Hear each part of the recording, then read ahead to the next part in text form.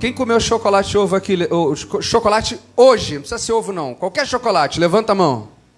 Não foi bom comer chocolate? Chocolate não é gostoso? Poxa, irmão. Acho que a pessoa que diz que não pode comer chocolate na Páscoa, ela perdeu o paladar, né? Ela deve estar meio amarga com a vida. É que esse pessoal fica inventando um monte de besteira por aí, né? Come chocolate mesmo, irmão. Se você ganhou chocolate, come. Se você deu chocolate. Páscoa é aquele momento que você chega em casa hoje, que beleza, abre a geladeira, tem aquele monte de chocolate, aquela caixa de bombom na geladeira, né? Mas é engraçado, não sei se acontece contigo, acontece comigo. Se fosse num outro momento, a gente chega, abre a geladeira, né? Ai, tô com vontade de comer um doce. Aí você pega um chocolate, né? Você come. Mas na Páscoa, é tanto chocolate, é tanto bombom, né? É tanto ovo, que você abre a geladeira e fala, enjoei. Não é? Ah, não é? Na Páscoa você enjoa. Na época que mais você pode comer chocolate, você enjoa de comer chocolate. Né? Que tem tanto ali à disposição que você fica, não sei não. Aí depois que passa a Páscoa, acabam todos os chocolates, aí você abre a geladeira e fala, ai, que vontade de comer um chocolate. Mas não tem problema não, Páscoa é isso. Se a Páscoa significa quando Jesus ele morreu por mim e por você, para que tivéssemos vida. Vida é fazer aquilo que é bom, e chocolate é bom, não é? Então não tem problema comer chocolate não, irmãos.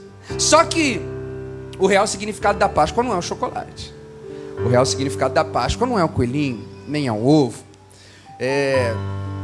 A tradição, ela fala assim, né? Quinta-feira é a quinta-feira santa, quando Jesus celebrou a última ceia, né? Aí sexta-feira é a sexta-feira da paixão, quando ele foi crucificado. Deixa eu ver se você sabe. Sábado é o sábado de... todo mundo sabe, viu? E domingo é o domingo de Páscoa, né? Agora, a gente tem um seminário aqui na igreja, um seminário teológico. Eu falei com o pessoal na quinta-feira, o pessoal ficou com a pulguinha atrás da orelha. Olha só que interessante. A ceia que Jesus fez na quinta-feira, na verdade, ele estava celebrando a Páscoa, porque os judeus celebram a Páscoa diferente da gente. A Páscoa para os judeus tem um significado, a Páscoa cristã, ela tem um outro significado. Então, quando Jesus, ele senta com os discípulos na quinta para ceiar, ele está celebrando a Páscoa judaica. Aí, na sexta, ele é crucificado, no sábado, ele está morto, no domingo, ele ressuscita. Mas aí, domingo, hoje é domingo de... mas quinta-feira ele celebrou a Páscoa e domingo é domingo de Páscoa? Que negócio é esse? O pessoal ficou com a pulga atrás da orelha, né? Como é que pode? Não, irmãos, aqui para os judeus a Páscoa é 8 dias. Os judeus comemoram a Páscoa durante 8 dias. Olha só, a gente celebra só no domingo. É um dia de Páscoa. Para ganhar chocolate, os judeus comemoram 8 dias de Páscoa. Quando Jesus comemorou a Páscoa na quinta, e domingo, quando ele ressuscitou, ainda era Páscoa. Então, os judeus, eles têm... Aí a pessoa fala assim, poxa, mas a gente tem que comemorar, então, a Páscoa como os judeus comemoram o Pessá. Eles comemoram a Páscoa, que foi quando o povo de Israel, primeiro, foi livrado do anjo da morte, os primogênitos lá no Egito, e depois, quando eles passam em seco no Mar Vermelho. Não sei se você assistiu aquela novela, né, Os 10 Mandamentos, ou se você já viu um filme, né, que os judeus passam lá no meio do Mar Vermelho. A Páscoa judaica comemora aquilo ali. É quando o povo foi liberto lá da escravidão do Egito. Mas nós cristãos comemoramos a Páscoa, e a Páscoa é quando Jesus, num domingo, ressuscitou por mim e por você e nos libertou dos grilhões da morte. Mas, então, qual é a Páscoa que a gente tem que comemorar? A Páscoa dos judeus? A Páscoa dos cristãos? Fala para a pessoa que está do teu lado, Páscoa é Páscoa. Páscoa significa, o nome Páscoa, ele vem do hebraico, que significa Pessá. Pessá significa passagem. Passagem é o nome original da Páscoa, né? E a Páscoa ela tem alguns símbolos, e por isso que eu pedi para você abrir em Êxodo capítulo 12, versículo 20. Eu comecei a falar de chocolate, a gente perdeu o foco, né? Vamos voltar para Êxodo capítulo 12, versículo 20. Eu quero analisar aqui alguns textos contigo. Eu não vou ler o texto todo, porque hoje é um culto comemorativo, a gente vai perder muito tempo aqui. Em casa você, né, dá uma olhadinha, você comprova se é isso mesmo, mas a história você já conhece. Êxodo capítulo 12, versículo 20, ele fala sobre tudo o que aconteceu com o povo do Egito. O povo de Israel estava no Egito e era um povo escravizado, né? Eles eram escravizados pelo faraó e eles não podiam ir embora do Egito. Eles estavam presos lá como escravos. O faraó não permitia que o povo de Israel fosse embora de lá. Moisés, filho de uma hebreia, o faraó dá uma ordem para que todas as crianças que nascessem e fossem homens fossem mortos, porque o faraó tinha medo que o povo de Israel crescesse de tal forma que se levantasse contra ele e contra o Egito. Então o faraó, o rei do Egito, dá uma ordem: todas as crianças que nascessem homens tinham que morrer. Gente, eu tô ali no colo da Fabiana, tá falando, a Fabiana trouxe uma boneca, por quê, gente? A Fabiana tá falando com a bebê reborn ali. E aí só podiam nascer meninas. Os meninos tinham que ser mortos, mas uma mãe consegue ter o seu filho salvo, mas com medo daquele filho ser morto, numa atitude desesperada, ela coloca aquele menino num cestinho e coloca no rio Nilo. É interessante que eu estava falando com a irmã Miriam, irmãos. É verdade. A Bíblia diz que quando ela coloca Moisés no rio Nilo, o Moisés ele vai pelo rio subindo até chegar no local onde a filha de Faraó está se banhando e encontra Moisés. Mas se eu perguntar para você sobre a corrente de um rio, a corrente de um rio, ela vai para o alto ou ela desce? Ela desce, mas Moisés subiu. Você serve a um Deus que, se tiver que mudar o curso de um rio para te abençoar, Ele vai mudar. O milagre que Ele tiver que fazer, Ele vai fazer por você. É esse Deus a quem você segue. Moisés subiu. Ele foi contra a corrente do rio. Esse é o Deus que você serve. E aí, conforme a história diz, Moisés ele é encontrado pelaquela mulher, aquela filha de Faraó. Moisés, filho de uma escrava. A filha de Faraó pega o bebê Moisés, o adota, o cria, e o nome Moisés foi um nome dado pela filha de Faraó.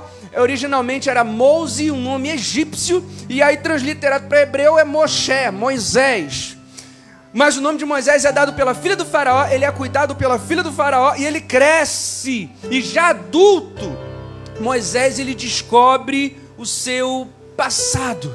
Ele descobre que ele não é egípcio, ele descobre que ele não pertence àquele mundo.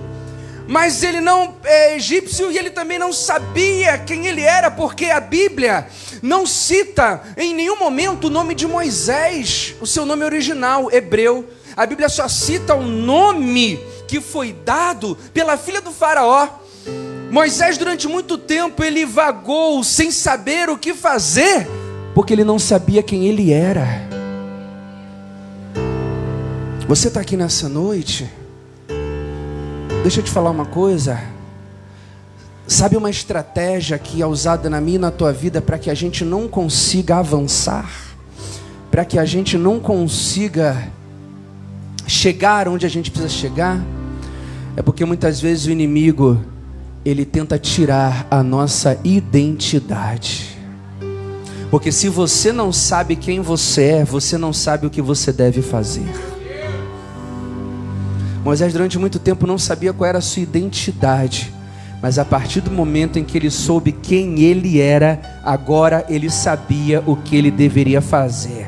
Moisés então, ele se levanta para defender um do seu povo, ele mata um capataz egípcio, ele tem que fugir. Moisés então ele foge, ele encontra a sua esposa e tem família fora do Egito, mas então Moisés ele tem um encontro com Deus. E finalmente ele sabe qual é a sua missão: libertar o seu povo do Egito. O Senhor te trouxe aqui nessa noite. Fala para o teu irmão que está do teu lado: Deus quer ter um encontro contigo. E não teve ninguém, eu nunca vi ninguém que teve um encontro com Deus e permaneceu a mesma pessoa. O Senhor ele te trouxe aqui nessa noite para que você tenha um encontro com Ele, porque Ele tem um plano para a tua vida. Assim como Ele tinha um plano na vida de Moisés, Ele tem um plano na tua vida. E aí, Moisés ele volta para o Egito, e agora com uma missão. Ele tem que tirar o povo dele do Egito, e ele tenta convencer Faraó de libertar o povo, mas Faraó se recusa a libertar o povo. E então, você já deve ter lido, já deve ter visto filme, já deve ter ouvido falar sobre as pragas do Egito. Então Deus ele manda pragas no Egito para que Faraó libertasse o seu povo.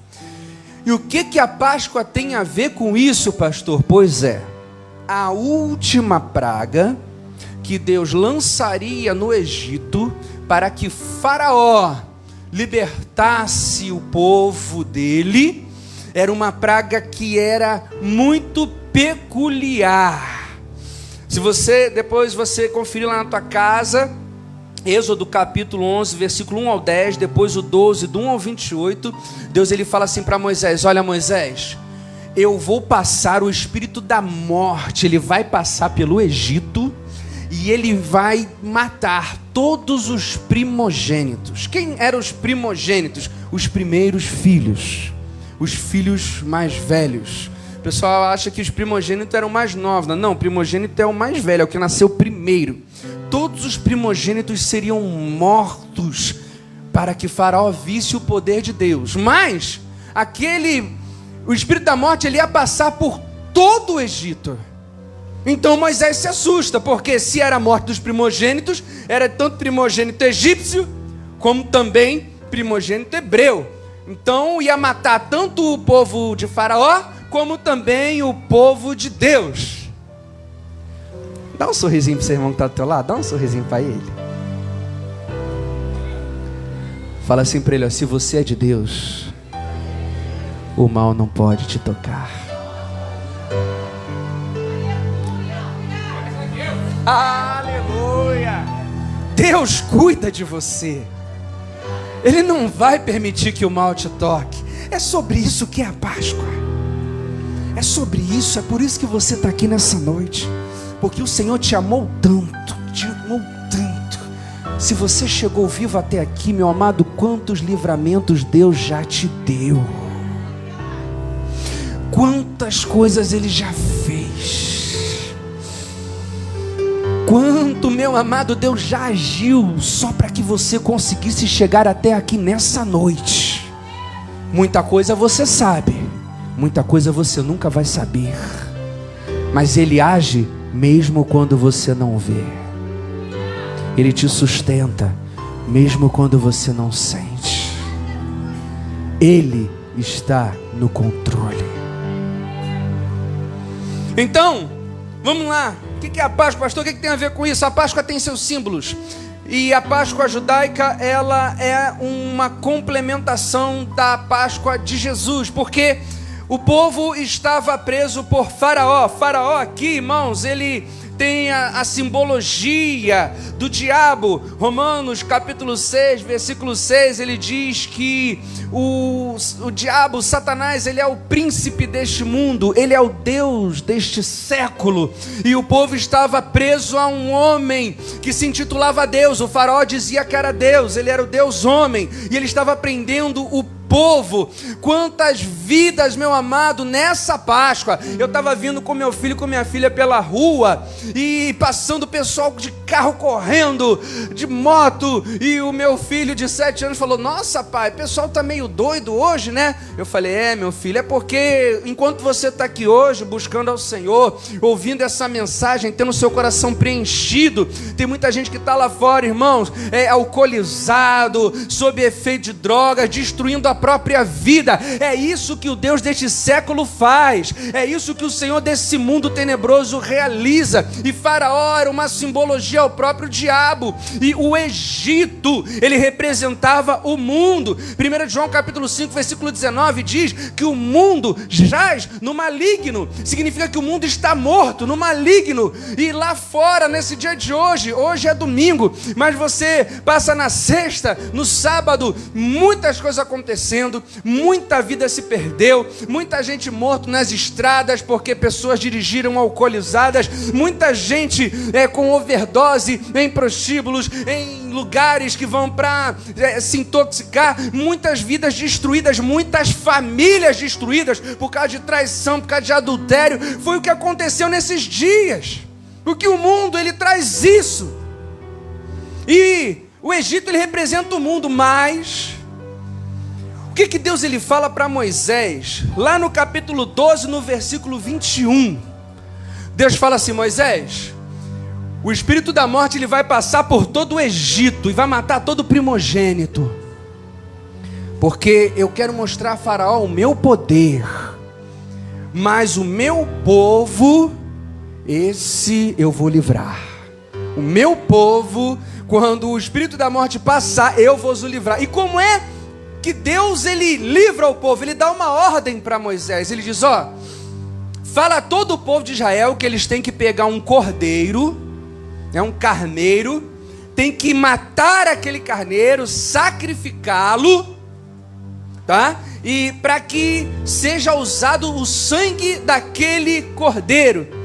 Eu quero que você abra aí comigo agora, isso eu vou te convidar a abrir, para que fique gravado no teu coração. Isaías 53, versículo 4. Deus ele manda que seja morto um cordeiro, um carneiro para ser sacrificado, para que seja usado o sangue daquele cordeiro. Isaías 53, versículo 4, diz assim: verdadeiramente ele tomou sobre si as nossas enfermidades e as nossas dores levou sobre si, e nós o reputamos por aflito, ferido de Deus e oprimido. Mas ele foi ferido pelas nossas transgressões e moído pelas nossas iniquidades.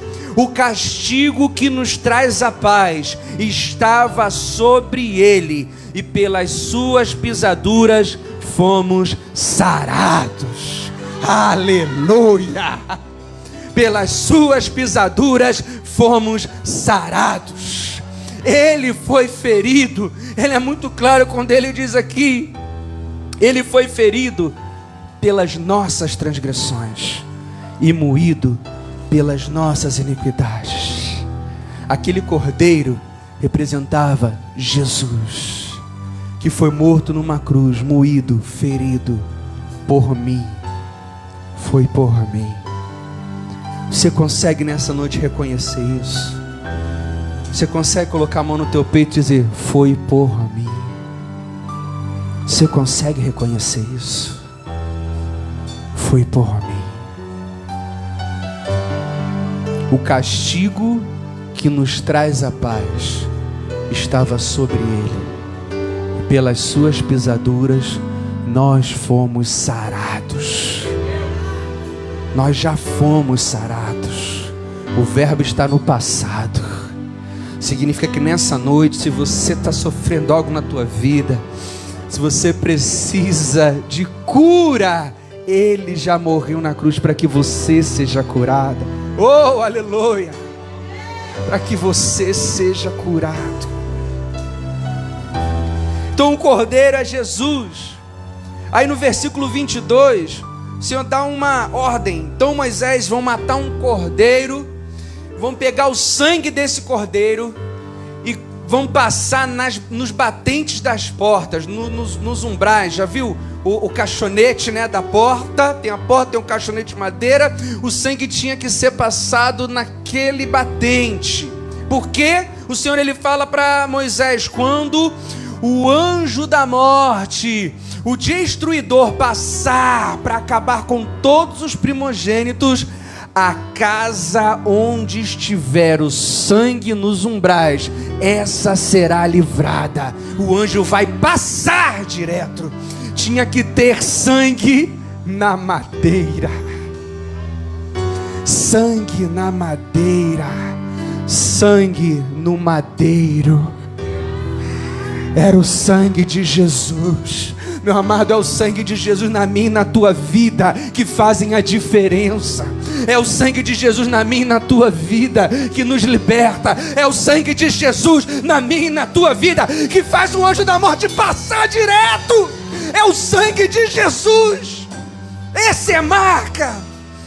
Quando o anjo passasse e visse a marca na porta, ele passaria direto.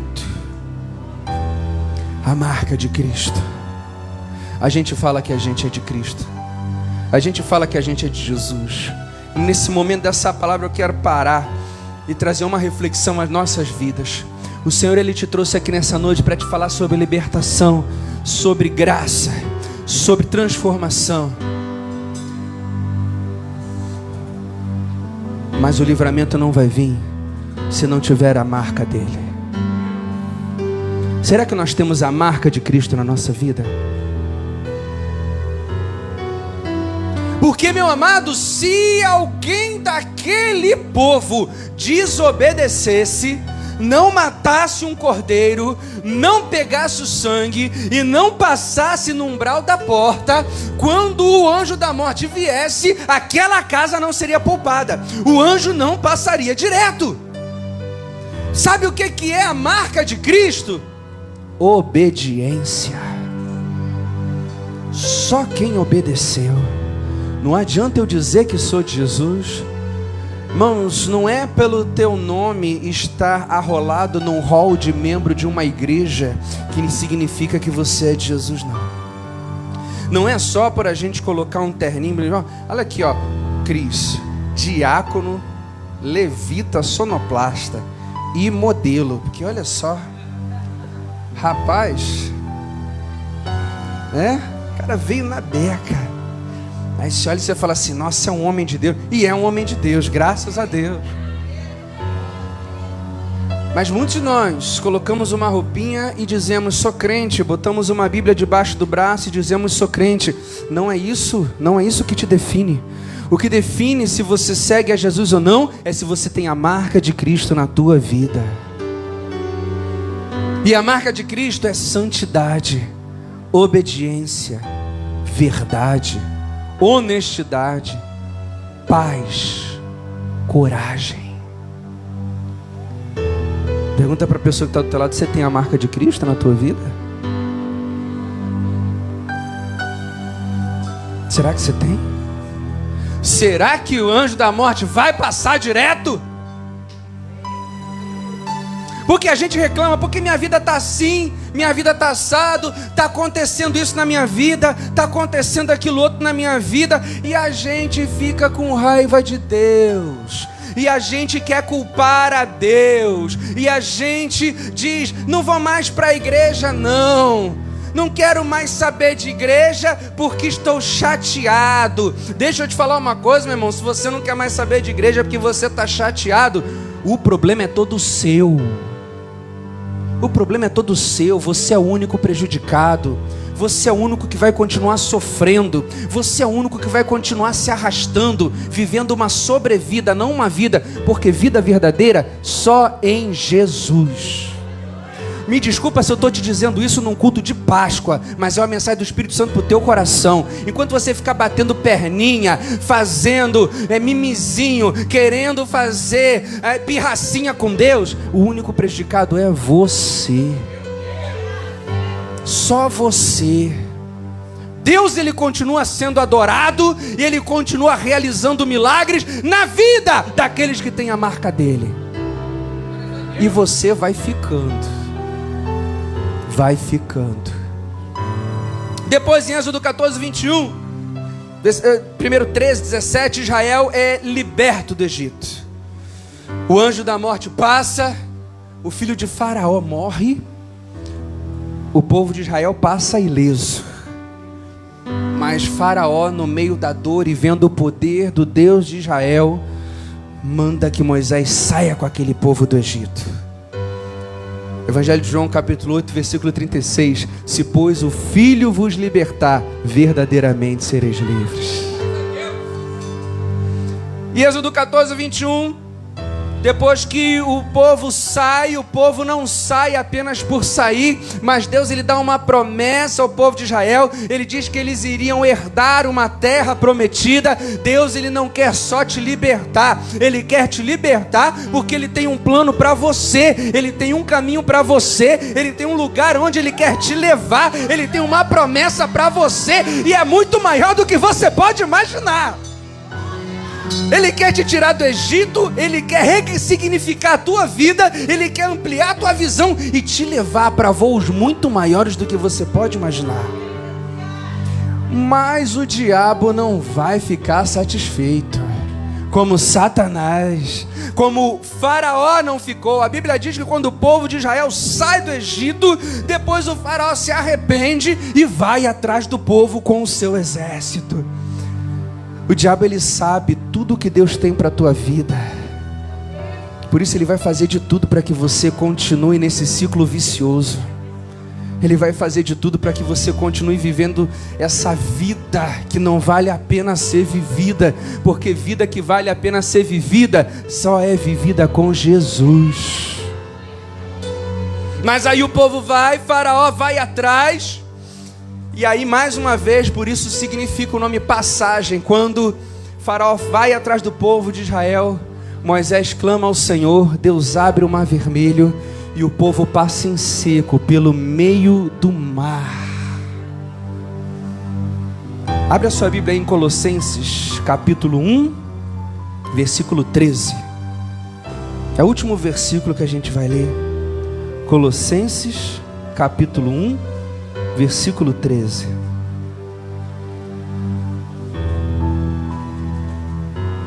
Colossenses 1,13. Se você não achar, deixa eu ler para você. Colossenses 1,13 diz assim, ó: Ele nos tirou da potestade das trevas e nos transportou para o reino do Filho do seu amor. Ele nos tirou do reino das trevas e nos transportou, nos fez passar para o reino do Filho do seu amor. Passagem! O Senhor, ele vai te fazer passar em meio ao mar, em seco. Isso significa que nada vai te tocar. Nada vai tocar a tua vida. O povo passou pelo meio do mar e nenhuma gota na vida deles, nenhuma gota em Israel. Eles passaram em seco. E Faraó ficou, e o exército ficou, e o povo de Israel foi livre. Assim como nessa noite você é livre. Esse é o significado da Páscoa, porque nós somos livres em Jesus. Se, pois, o Filho vos libertar, verdadeiramente sereis livres. E a liberdade que Jesus, ele nos dá, é liberdade como nenhum outro dá. Jesus, ele te ama tanto que ele te dá a liberdade até para deixá-lo, se você quiser. Tem muita gente que tem um vício e fala: quando eu quiser eu paro. Para nada. Diz que para quando quiser, mas quando tenta não consegue. O mundo, ele te aprisiona. O mundo, ele te faz escravo. Mas só em Jesus você é livre de verdade. Ele quer te fazer passar em seco, Esse é o significado da Páscoa. Esses são símbolos da Páscoa judaica que se completam em Jesus. É isso que nós celebramos hoje. Um dia que Ele morreu numa cruz por mim e por você. Sangue no madeiro, para que eu e você fôssemos libertos, passássemos das trevas para a luz. E ao terceiro dia, Ele ressuscitou. E a Bíblia diz que assim como Ele ressuscitou, nós ressuscitamos com Ele. Os teus sonhos ressuscitaram com Ele, os teus planos ressuscitaram com Ele. Você tem nova vida com Ele, só com Ele. Aleluia.